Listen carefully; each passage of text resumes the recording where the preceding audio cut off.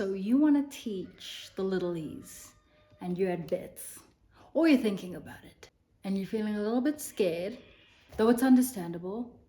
I'm here to give you a little bit of relief by letting you in on some of the things I wish I knew, like some of the things that would have changed this entire experience for me. I'll tell you, Wits is extremely thorough. They really care about you being prepared so that you don't have to stress.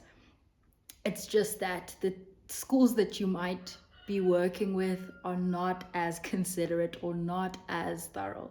So here are 5 tips to help you in this journey. Tip number 1, even though you're a foundation-based teacher, I want you to say, if you're emailing the school or if you're showing up in person like I did, I want you to say, hello, I'm a student at Wits studying to teach grades 1 to 3. Even though they might follow up and say, oh, so foundation phase, it doesn't matter. You have already given them subconsciously, he or she, they are teaching grades 1 to 3. Because what I did is I said, I'm studying foundation phase education. I'm a first year, thinking that these people were going to be excited about me learning.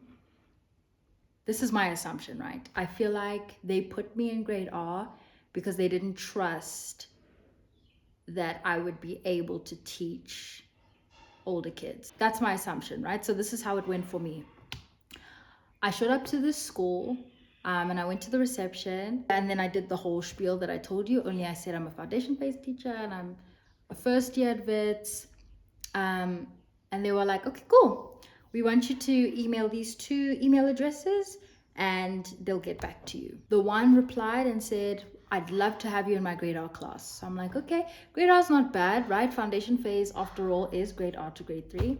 Not a problem. But when I got there, I realized there's a reason why we were advised to start in grade 2 or grade 1 in our first year, because in grade R, you are not touching the same material that you would have been taught the whole year at Wits. At Wits, they were teaching us addition and subtraction. They were teaching us, how to teach reading and writing and things like that. So thankfully with this school, I was able to do some of that because they work their kids a little bit ahead.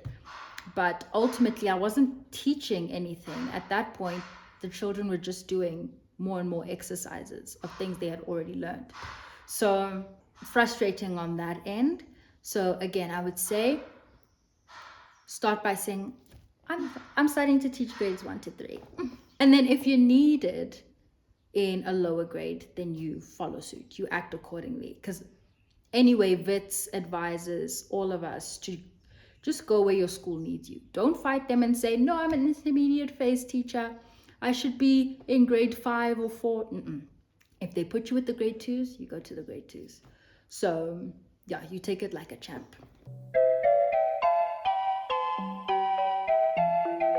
Tip number 2, I'd say, is to be crystal clear about who your mentor teacher is before you start your teaching practice.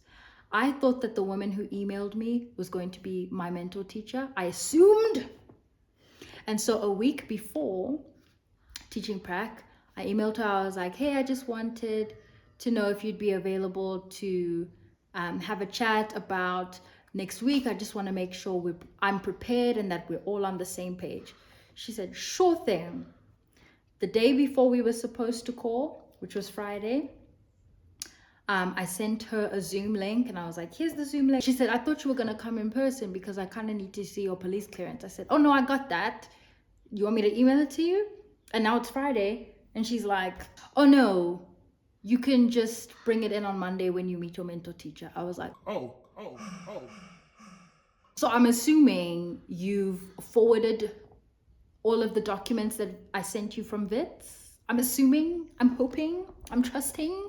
I showed up on Monday. Homegirl did not know any of what to do with me. And I was literally like, okay. So I put all that effort into communicating with person A, thinking she was my mentor teacher. And person A didn't even tell person B everything that I had spoken to her about.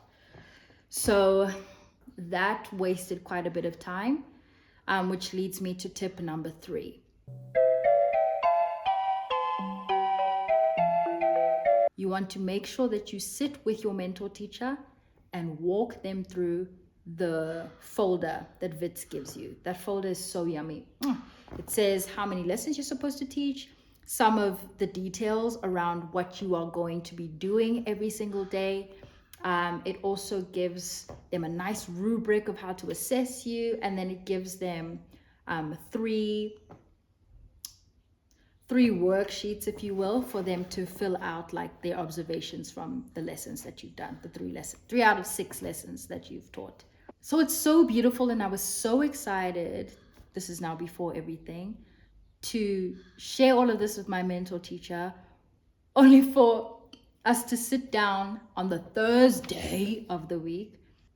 I think she had a lot going on, and so she was really not trying to have this whole sit down thing with me. And I was just very sad because I was like, she wasn't really appreciating how much detail and intention every single line had. But in any case, that would be tip number 3. Make sure you sit down with your mentor teacher on day 1. Day 1.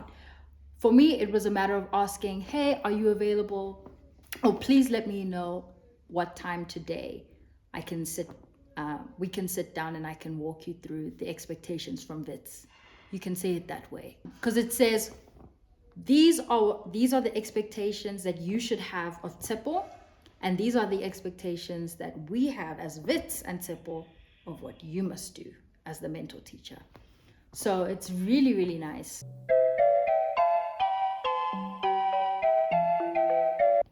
Tip number 4 is a yummy one. It's not a must, but I think it would have helped specifically my dynamic and potentially a dynamic you might face where you're not sure if your mentor teacher is really helping you. You don't feel helped.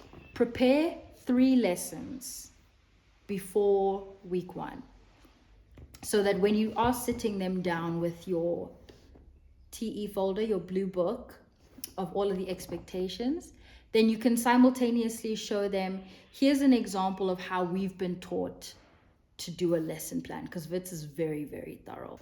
Here's how we have been taught to do it.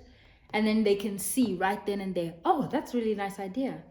Oh, this could actually work well for tomorrow. Do you want to teach this tomorrow? You know, then it can already give them a start, because I think for my mentor teacher, she was like, can this girl do anything? That's how I felt. So yeah, I was only able to show her a template because the only other lesson plan I had done was for a grade 3 class for our becoming a teacher module. We had an assessment where we had to make a lesson plan. So on to tip number 5. And this was a sweet one, because even if you end up in the worst school with the worst mentor teacher and you're so disappointed and you feel like giving up, tip 5 would be to focus on character and consistency. I want you to focus on being the teacher you would love for these kids to have. Love on these kids, be attentive, hug them when you can, give them a wink or a smile, give them high fives, but also help around the class.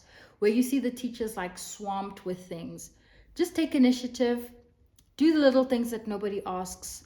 I definitely did that. And you'll see that it'll probably soften your mentor teacher's heart to be like, you know what, this person cares about my class, whether or not I'm helping them, whether or not something's in it for them.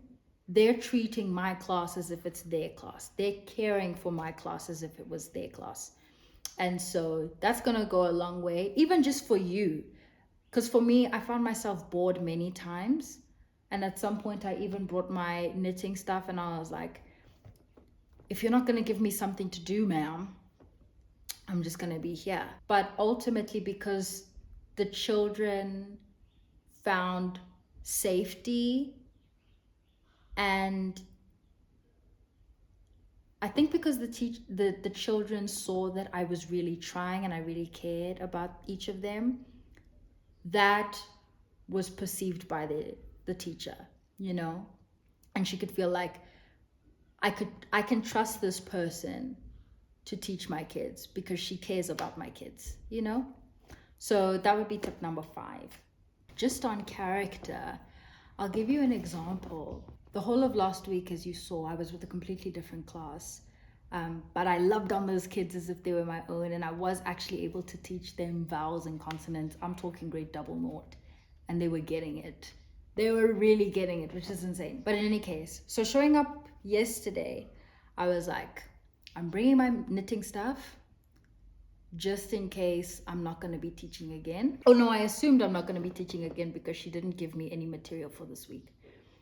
So I really was like staying out of her hair. In the first week, I was taking a lot of initiative. I was like, can I do this? Can I do this? And I could see like, or I felt that she was getting a little bit like, yo, this girl is doing too much. That's how I felt. So my approach going into my last week was, I'm just gonna lay low. I'm not gonna act too desperate, because I know my worth, and I saw with these grade double knots that I really can do this thing, so it's okay. And I saw that she asked for certain help. She asked me to mark certain things, and so I was like, okay. And that's it. And now I'm knitting, you know. And I think she could see like, yo, Tsepo even brought knitting stuff, which means she knew she was not going to be teaching. Today, for example, I don't know, she was just more personable with me. And I think it's because also she could see the impression that I left on the grade double knots. Because every time they see me, they just, you know, your actions always speak louder than words. Even though in my words, I was like, I'm eager to teach. I'm eager to teach. I would literally say that. Or I would say, I love this job. Or I'm so excited. That was my passive way of saying like, give me an opportunity. But ultimately, it was in how I cared for those kids that spoke louder than anything I could have said. I'm wishing you all the best with your TE. And if this video made you think, yeah, I'm okay, then I wish you all the best with your academic career. And as always, feel free to share your own experiences in the comments or DM me on Instagram. Even if you want to have like a quick call just to walk through some of the questions you might have, I'm available. Thank you so much for watching, and I'll see you in the next one. Bye.